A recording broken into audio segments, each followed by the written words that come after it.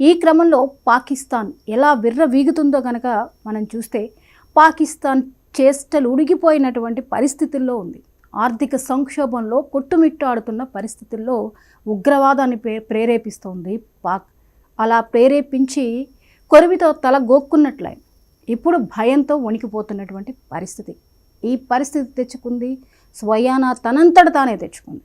ఈ క్రమంలో అసలు భారత్ ఏం చేయబోతోంది అన్న భయంతోనే అక్కడ వాళ్ళందరూ కూడా ఈవెన్ సైన్యం కూడా రాజీనామాలు చేశారు అంటే పాక్లో మానసిక పరిస్థితి, వాళ్ళ యొక్క మానసిక పరిస్థితి ఎంత బలహీనంగా ఉందో మనం చూసుకోవచ్చు. అయినా వాళ్ళ ప్రగల్భాలకి ఏమాత్రం ఢోకాలేదు.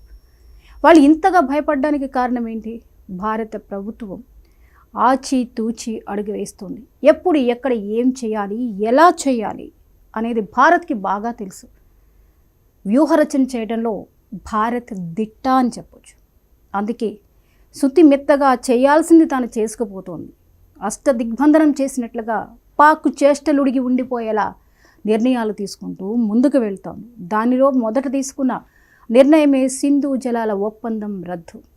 దీంతోనే అతిపెద్ద దెబ్బ పడింది. 90% వ్యవసాయ రంగం మీద ఆ ఎఫెక్ట్ పడబోతోంది. దాని పరిణామాలు ఎలా ఉంటాయో మనం చెప్పక్కర్లేదు. ఇప్పటికే ఒక కప్పు టీ కూడా తాగలేని పరిస్థితుల్లో పాకిస్తాన్ ఉంది. విదేశీ ద్రవ్య నిల్వలు లేనటువంటి సిచ్యువేషన్ని ఎదుర్కొంటోంది.